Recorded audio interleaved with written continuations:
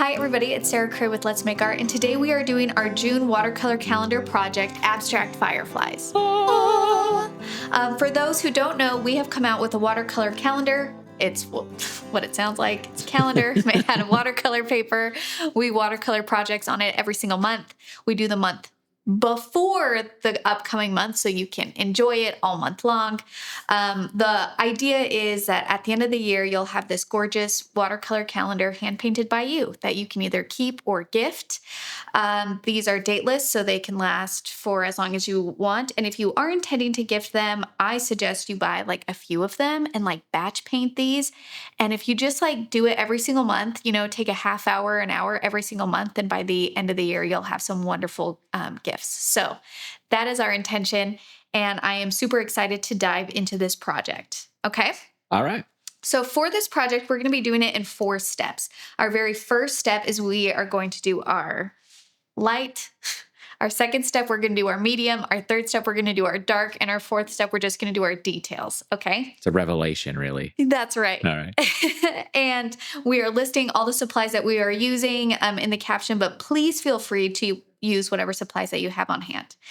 Now, I'm super excited for this project because one, it's giving you a little bit of a hint of what is to come in the June digital projects for our people who paint along with us every single month. And I'm also really excited to do this project because it's kind of leaning into abstract. I love the idea of taking a concept and showing you how you can lean it to a different style than maybe what you would think once we introduce the subject. Does that make sense? Yeah. So we're doing fireflies here. However, when we remove context, like as a horizon line and trees and sky and details, then it becomes more and more abstract. Does that make sense? Yeah. And so I really love this idea that you can take a scene and zoom in or accentuate something, and it almost becomes something completely different and new and unique. And that is the really fun thing about art, is it's not necessarily about recreating a scene exactly like a photograph. It's about letting people see or experience something in a new way, or helping them look at something in a new way. And so I just love this project because I feel like that's what we're doing. We're essentially like zooming in on like fireflies in a field, but because there's no like context to the landscape, if I were to just say like, not give you any information of this project, how would you react to it? You know what I mean? And you can then decide your relationship with this painting. And I think it creates a more interesting thing. I will say that as beginners, though, we're really uncomfortable with the idea of someone looking at our art and not knowing what it is. Like that feels really insulting to us. However, I want to like open your mind a little bit and say that art can be more than that. Art can be more than a representational thing that someone can instantly recognize. It can be communicating a feeling or just eliciting a feeling. And that is also valuable just as much as recreating a scene. Does that make sense? Yep. Love it. Okay. So we're going to do our oath and we are going to jump into it. So if you can raise your right hand and repeat after me. I promise to be kind to myself. I promise to be kind to myself. I promise not to compare my work. I promise not to compare my work. And I promise to have fun. I promise to have fun. Thank you, thank you, thank you. Okay. So for this project, we're going to put our lights in first. So basically, we're going to put in our yellows. And when I say like our lights, mediums, darks, I'm talking about values, okay? So we'll do our light values and our mediums and then our dark values. So I have a bunch of different brushes on hand. The biggest thing is that y'all got to work quickly, okay? Because we're doing a lot of wet on wet. Can you scooch your calendar a little to the right? Because your little picture-in-picture, there we go. Okay. So you're going to get this wet and you're going to want it to stay wet. So I have a spray bottle here. Sometimes using a spray bottle is nice. And since this is like really loose, wet on wet, kind of more abstract, you can use like things like spray bottles or whatever just to kind of like keep things moist. So I'm spraying everything and then I'm just going to take my brush, just kind of even out all that water. If you're getting puddles, then you can use a paper towel but that's pretty moist. I've already taped off my paper. Oh, there's some paint on my things, but that's okay. All right, working quickly. I'm going to grab yellow. I'm using Cad yellow, Cad medium hue. And I'm just going to start dropping that in, kind of like staggered.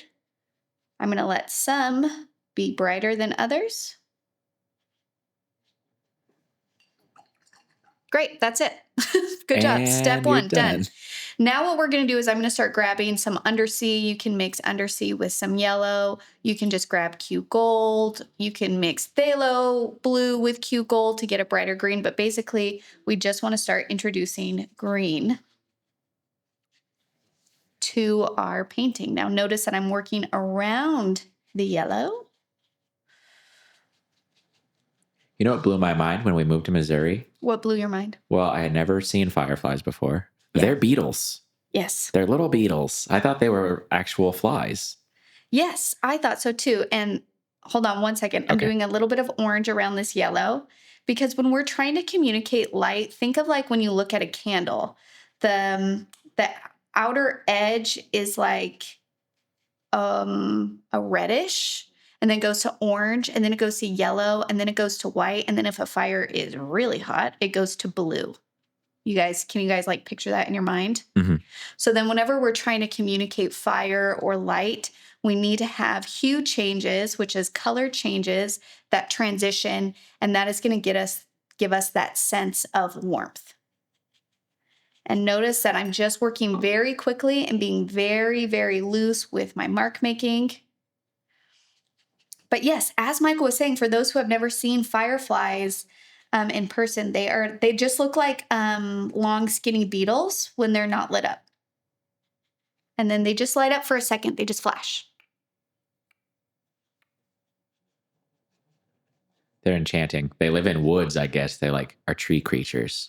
One of my favorite nights in Missouri is there was this huge lightning storm, and it made all the fireflies because there's tons. I always forget it, and it surprises me every year. Which I've lived here for 7 years now. I shouldn't be surprised, but every summer and spring is when all the thunderstorms come in Missouri, and they're like stunning, like so much lightning. And anyways, there was this one night we were out on our porch. It was this wild lightning storm. And by lightning storm, there wasn't rain. It was just lightning. So the lightning is just lighting up the sky so much. And then the fireflies got all Confused. and they started lighting up so much too. And it was just like this cacophony, is that the right word, of flashing lights. Which when I describe it like that sounds really aggressive. It was more peaceful than how I'm making it sound. But it was just stunning. Okay, so you can see I'm now on to step 3. I put in my greens. Now I'm getting even more green, like darker green. So that's where I'm going to take some indigo and some undersea green. I'm going to mix those together and I'm going to start putting that in. But I want you to notice that I'm not doing an even wash. I'm now doing strokes of the dark value. And what we're trying to do is you know how when there's like layered grass and you can see through all these different blades, we're basically painting the areas in between the blades of grass. So that's why sometimes the dark sections are chunky and long. Sometimes they're short. We have to pretend that we're painting around the light values of blades of grass, okay? And notice I'm working quick because my paper at this point is starting to dry. And if you don't want your paper to dry yet, you can re-wet. Like I'm going to re-wet some of these lit up areas. You can also, like, if you're like, oh, I want there to be just a little bit more light, while it's still kind of damp like this, you can still add some. And it's okay if some are bigger than others, because think about how like far away or maybe these lightning bugs are more covered up, that kind of thing. And then using this kind of darker orange, I'm going to do some kind of these kind of blades and grass textures around the lit up areas, because you have to think that light has a relationship with what's surrounding it. right? And so if there is a light around a bunch of grass, then that grass is going to be illuminated right around that light. So then we still want to do kind of those grassy textures, but they're going to be a different color or at least a different value to communicate that they're lit up. Does that make sense? Mm-hmm.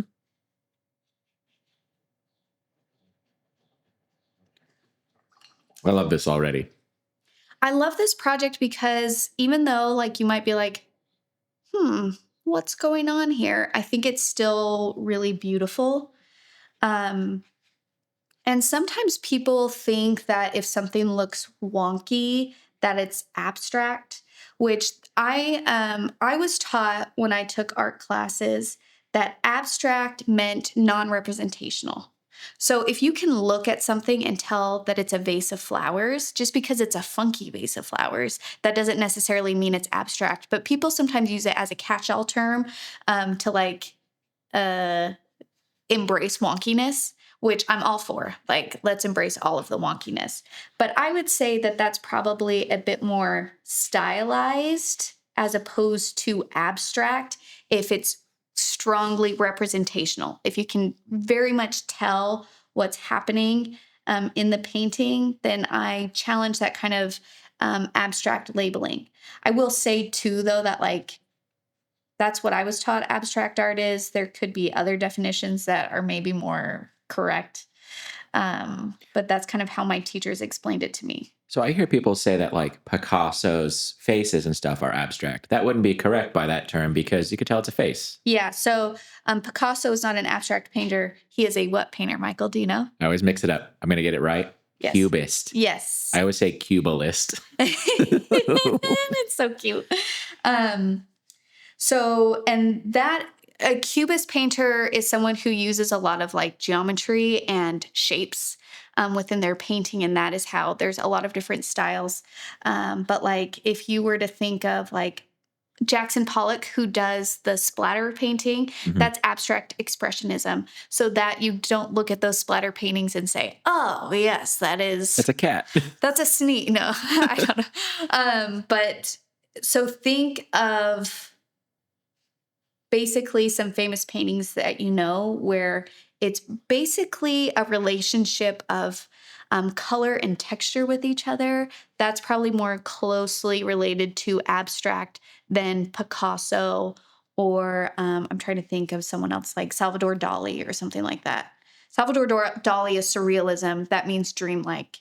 So that means like representational things. So you can tell what they are, but they exist in a way that we don't necessarily see in our world. It would be like, a clock melting. That's surrealism. That's dreamlike. Gotcha. Okay, so now I'm using my long round 10. If you have a round 6, that might be easier for you. I'm still just adding these really dark values. My paper at this point is slightly damp, not totally dry. And I think that is a good kind of wetness for the stage I'm in. I'm going to take some kind of orange. So like my Q burnt orange here, maybe mix it with a tiny bit of green or a tiny bit of gold. And I'm going to start doing some textures around my illuminated areas. And again, I get really excited about this type of painting or introducing you to this type of style because I feel like it forces you, if you enjoy this, it encourages you to look at something in a way that you haven't looked at it before. So if we were to say, okay, these are fireflies in grass, like super zoomed up, then what does it look like if I zoom in on a flower or a petal? What does it look like if I zoom in on something else or if I zoom out so much? Or you know what I mean? Like how can our perspective of how we're looking at something change in a way that when we recreate it, it almost feels separate from the original source to the point where it's something new. And I think that that's a good exercise for your creative brains to say, how can I look at something different? Or how can I push the boundary of what this is or what this is representing or something like that?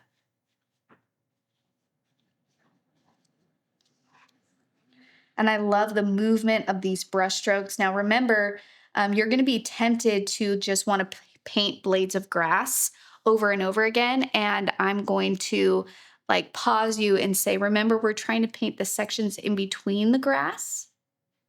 So we can have some grass like, but also let some be kind of thick.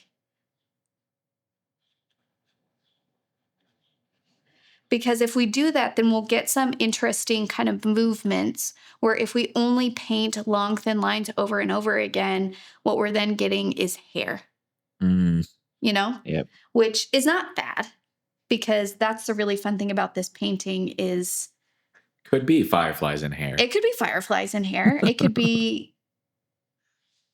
whatever you want. I also love when we allow ourselves to remove our painting from the expectation of having it look exactly like something, because it gives you more freedom to play and explore some ideas. So, for example, if you're really loving this kind of process, you can then say, okay, I start here, but what would happen if I change the color palettes to like pinks and purples and blues? And then it turns into something completely different. It just like evolves and keeps going. And so, you really can explore textures. You can explore different color palettes. You can explore different mark making and different brushes. And all of these things, I just want to kind of enforce and remind you are just as valuable as painting something that looks like a lake scene or, a flower. Those are beautiful too. Those are really fun too. I love teaching you guys techniques. But I also love pushing you a little bit more to say, open your mind of what art can be.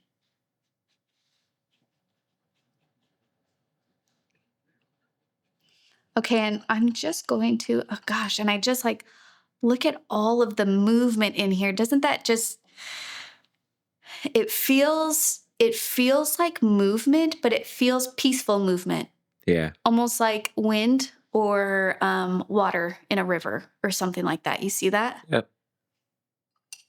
And isn't that interesting how movement can feel peaceful as opposed to chaotic? Huh. Yeah. It all And has like a similar point. It feels like it's flowing towards one point as opposed to just everywhere. exactly. And so that is determined by our brush strokes. My brush strokes are kind of going in this similar kind of soft curve way. So the soft curve is giving hint to movement, but because it's all kind of, it's not jagged, I would say, or it's not going against each other. That's why it feels flowy. Where if I were to take my brush and start going like this across, that's going to be chaotic movement. Does that make sense? Yep. And isn't that fascinating that brush strokes and the length of them and the movement of them is giving us indication of what something feels like?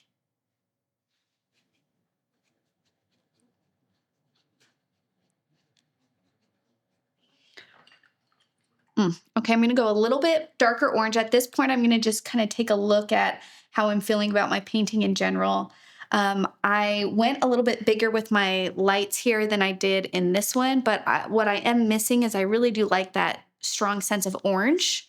And so I'm going to bring that into my painting. So I'm going to mix my cad yellow with Q burnt orange, or you can mix your Q gold with Q burnt orange. And just kind of around these illuminated areas, I'm going to do a few of these kind of orange sections or strokes.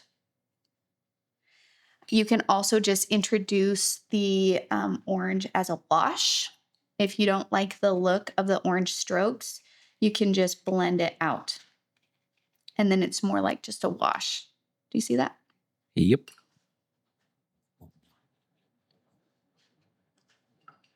And again, if we wanted to do some more illuminated areas, the cad yellow is actually like a pretty strong yellow that it can layer on top of a dark green. It's not going to stay transparent because it's no longer on like a white area, but you can add little hints of illumination if you feel like it got away from you a little bit. Also, if you feel like some of the illuminated areas got too big, all you have to do is introduce green to it and bring it in and kind of tighten it up. You see that?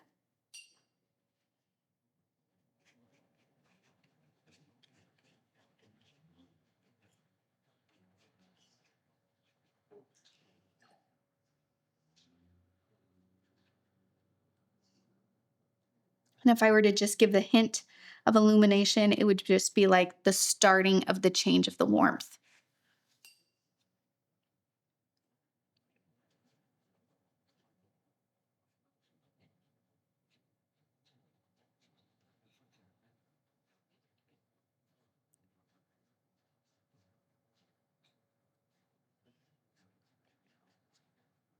And notice how as your painting dries, your values are going to lighten. So sometimes you have to do a few layers. Which is always the case with watercolor, right? Yeah. Because we just painted our walls and it's the opposite. It goes on light and darkens when it dries. Yes, that's also true for like oil and acrylic. Okay. So watercolor is the opposite rule.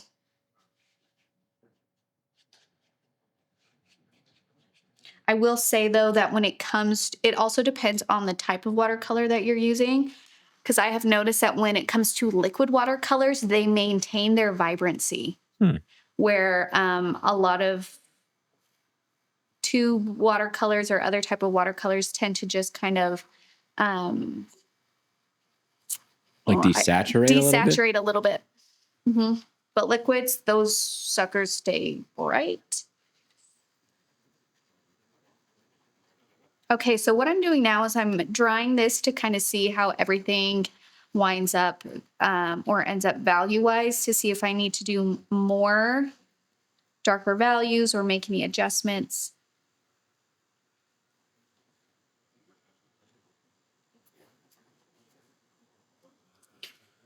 And then again, for kind of maintaining that warmth, I'm going to get just a bright yellow and a clean brush. And kind of in these areas, I'm going to put that little extra hint of yellow. And you see how that just really warms it up? Mm-hmm. So don't be afraid to do like an extra glaze or wash of a color if you really want to turn up vibrancy and warmth.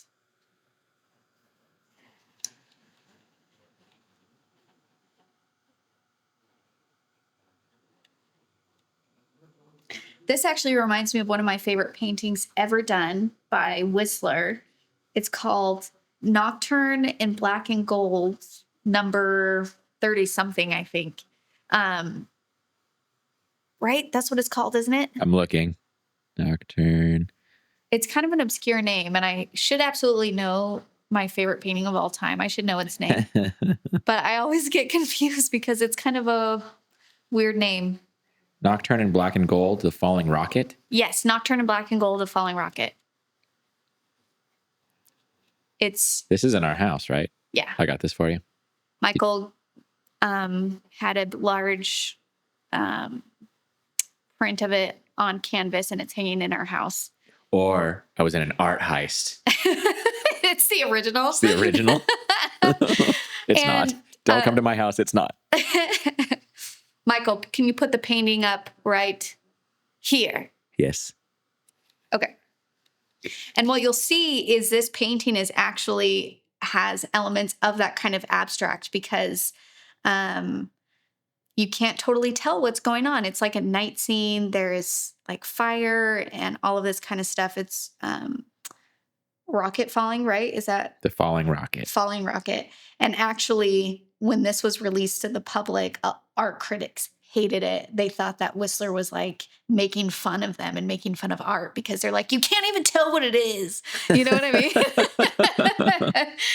And it's funny because, you know, whenever you do something different and go against how things are done, people are always going to have a negative reaction to it because it's change. And people really don't like change. But it's only, you know, in hindsight, do we recognize that pushing those boundaries and changing things up is how we progress? You know what I mean? Mm-hmm. And so Anyways, look it up. It's just kind of interesting. But it's one of my favorite paintings for the reason of why we're recreating this. Um, it's a different way of looking at something. You can't totally tell what's going on, but the movement and the colors, you have a feeling. And I think it's really powerful that you can look at something, and even though you can't tell what's going on, it makes you feel something. And I think that's the power of art. Okay. So now I'm adding kind of dark orange and yellow kind of grass blades over the illuminated areas because they have texture too. And then to get that final sense of illumination or light, I'm going to take bleed proof white, and you can use any type of detail brush. Let me make sure that there's no color on this. Okay. And I'm just going to take bleed proof white, and at the very center of my most highlighted area, you're just going to do a little white dot.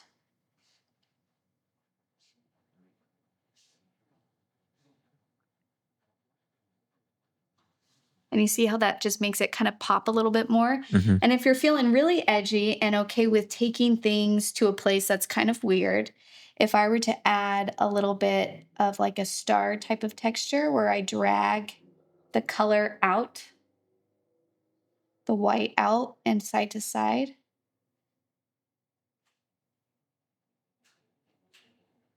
And it gives it kind of like a star feeling. Those are a byproduct of camera lenses. We've talked about this in other tutorials, but you can tell how many aperture blades a lens has based on how many rays that star has. Really? Yeah. Okay, love that. Mm-hmm. So I'm just kind of adding that star-like effect. And then if you've lost your like yellow, you can also take a little bit of bleed proof white and mix it with your cad yellow. And kind of, let me get some fresh yellow here because it's mixed a lot with my green. So you can take fresh yellow and just kind of right around that white part we just painted, just doing a little extra layer of, and if you have hands of yellow, that should work too. Just not lemon yellow. You can use lemon yellow. I just don't love lemon yellow, but that doesn't mean you can't love lemon yellow. You'll come around to it. Yeah, I probably will. I think I just haven't figured out how to use it, honestly. Have you painted lemons? Yeah, and I avoided lemon yellow. So I'm just kind of pushing the warmth a little bit by adding just those little highlights in there. And then if you want to, you can take your liner and using like a really dark value, do a couple more strokes here of blades of grass or, whatever kind of movement.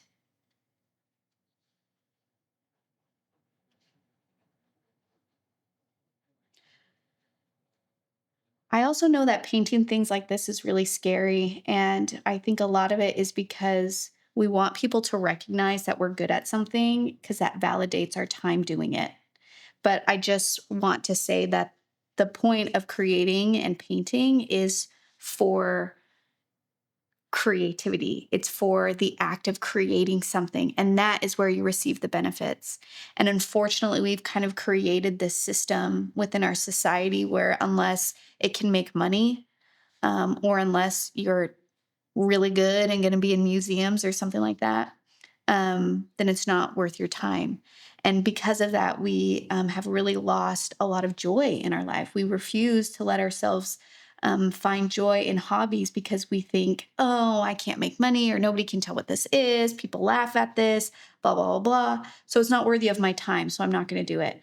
And we're removing the entire why, which is as humans, it's in our nature to create something. And unfortunately, that's been kind of bred out of us through, I guess, I mean, now, okay, I'm getting too in the weeds. I'm getting too in the weeds here, but I guess what I'm saying is it doesn't have to be museum worthy. It doesn't have to be, loved by or appreciated by everyone. It doesn't have to be anything other than, did you enjoy creating it? Or did you enjoy practicing creativity? You don't even have to like the painting yourself. There are a lot of times I paint something and I'm like, this is okay. But the fact that I took time to paint, I know is so beneficial to me and my life. And it allows me to live life vibrantly. And I think that if we allowed ourselves to experience that type of joy and freedom, honestly, I think we would just be happier and kinder. Okay. And there we are. There is our abstract fireflies. Lovely. Okay, I'm going to remove the tape because that's the best part. However, if this was not being filmed and I was like doing this to keep or to gift later, I would leave this taped and not try and remove the tape for at least a day. The reason for that is even though to the touch the paper might feel dry, it actually takes a really long time for everything to be completely dry on a watercolor painting. So if you remove the tape right away from the surface, then it will have a higher chance of warping. Whereas if you were to leave it taped to a surface or a flat surface or whatever you taped it to when you painted, and you let that dry overnight, then it fully dries in that taped surface, removing a lot of the warping that's going to happen. Or you can prep your watercolor paper, but frankly, I'm not into that. Okay.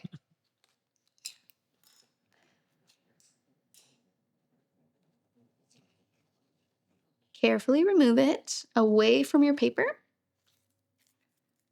And the reason why you want to move it away is because just in case it does tear, you would be tearing out instead of into your painting. Mm. I will say that with this Holbein soft tape, it is very rare that I experience a tear. Low tear, low tier. That should be their motto. That should.